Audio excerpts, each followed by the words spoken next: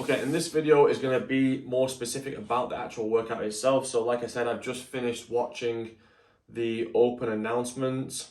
Obviously super impressive as always, the speed that those guys are moving at all the way through for those 15 minutes.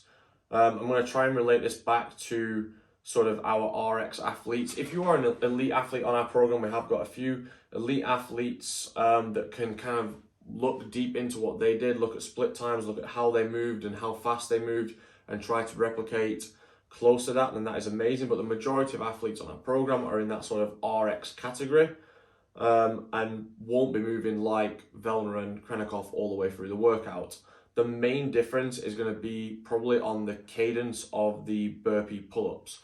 So the technique that they used all the way through was like the burpee. I think the Krennikov stepped up from his burpees quite a lot, but then jumped into the pull-up and did that almost like semi-strict pull-up, so a jump and finishing off with a strict pull-up. That is fast, but I would say is extremely taxing. If it looks really easy when they're doing it, especially the speed that they're doing it all the way through. But the other way to do it is to, instead of jumping straight up underneath the pull-up bar and pulling your chin over, is to jump almost forward into the pull-up bar, into your arch position to initiate a kipping movement to start off, and then doing those reps as either, if pull-ups is a weakness of yours, then doing them like a full kipping pull-up. So you jump to a dead hang and you do a kipping pull-up each time. Or if you're quite good at pull-ups, but that volume of almost strict pulling is going to really affect you, then it's like you jump into an arch position and then immediately into like a sort of broken kip. So it's more of like a knees up kind of kip to get your chin over the bar, not so much a full kipping pull-up. And I would definitely, you just need to play around with that movement for a while before you start the workout to figure out what techniques work for you. One really good thing to do is kind of chalk up your hands and make markings on the floor of roughly where you want your hands to be, because one of the hardest things when you do the burpee pull-up is that when you come down, your momentum is often dropping you quite far forward, and then you feel like you have to take steps back to get into position to do the burpee again. So just playing around with where your hand position wants to be, when your chin goes over the bar at the top, kind of pushing it back slightly to get you moving back away from the bar, back into your burpee position. But it will take some reps just to kind of get used to that. But I would definitely say that doing that, jumping straight up, pulling your chin straight over the bar, is going to get very fatiguing, and it will be considerably harder than they made it look in the open announcement. So I would definitely play around with the kipping technique, because what you saw is like the shuttle runs took about the same amount of time. They're like a minute to a minute 30 of work. Those bigger sets of burpee pull-ups have the potential to take way longer than that. So the emphasis is going to shift towards the burpee pull-ups the deeper into the workout you get. And if you're taking really big breaks in between every one because you're trying to focus on that jump going straight up under the bar, when you could increase the pace, even though the actual rep of the burpee pull-up slows down by doing the kip, the overall pace of maybe 10 reps will increase, and it will allow you to get into those shuttle runs faster.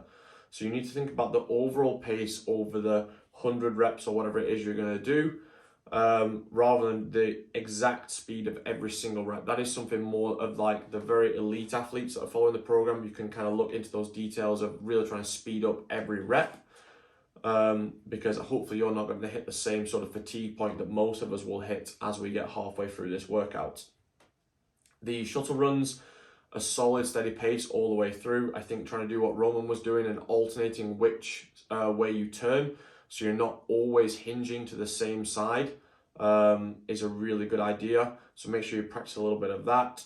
And you saw those tips that Rich was trying to give to Roman about the turns that you're doing, not having big arching turns, trying to be really quick and straight line with your turns to minimize the distance that you're running all the time. So little things like that is definitely going to help.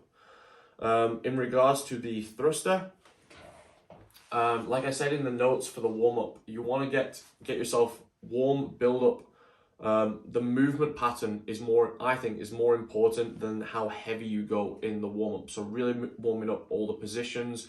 If you're a little bit immobile, spending time in those positions, getting the lockout, feeling really good, because that is obviously going to be very taxed after all the burpees. And what I would suggest is that you get yourself up to about 80% of what you want to hit in the warm-up. So you're getting up to a decent weight, but not challenging yourself too much where you're starting to feel pretty tired after those lifts and feeling a bit drained before you even start. What a big problem I see on workouts like this is people go way too heavy in their warm-ups, give themselves a false idea of what they want to hit. They do a 15-minute AMRAP that is really, really difficult, and then they can't hit what they warmed up to. So I'd say your goal of the warm-up is more to figure out what sort of weight you want loaded on the bar for your first lift, and then what you're going to jump to for your next lift, which is almost like your safety lift that you really you need to hit. And then after that, you have time for bonus lifts, for bigger, more extra lifts. So that first weight that you hit, I think Roman did a really good thing of just, he had 135 on the bar, 60 kilos, and he was able to jump straight to 100. But maybe for you that is starting with just having 50, 60 kilos on the bar to get the movement in, re-drill that movement pattern, re-drill the lockout, and then you can jump up to 70, 80 kilos maybe, and then to 90 kilos, so making the jumps will go smaller and smaller in between each rep there. And realistically, you're looking at maybe 4 to 6 lifts in that 5 minutes if you're fast. If you're doing things like changing shoes, then that's probably going to drop down to 3 or 4 lifts. So you need to be, when you finish that workout, you're straight to changing your shoes or equipment or whatever it is you need. Have someone that you trust on the barbell to get out, roll out the barbell, start loading up the plates so that you can just focus on lifting. So that is my absolute first impressions of the workout. Obviously it's a little bit raw because I literally just saw the workout, and things will develop as I see more people doing it, but best of luck with that. Push really hard in that first part and then be accurate and be strong with the thrusters.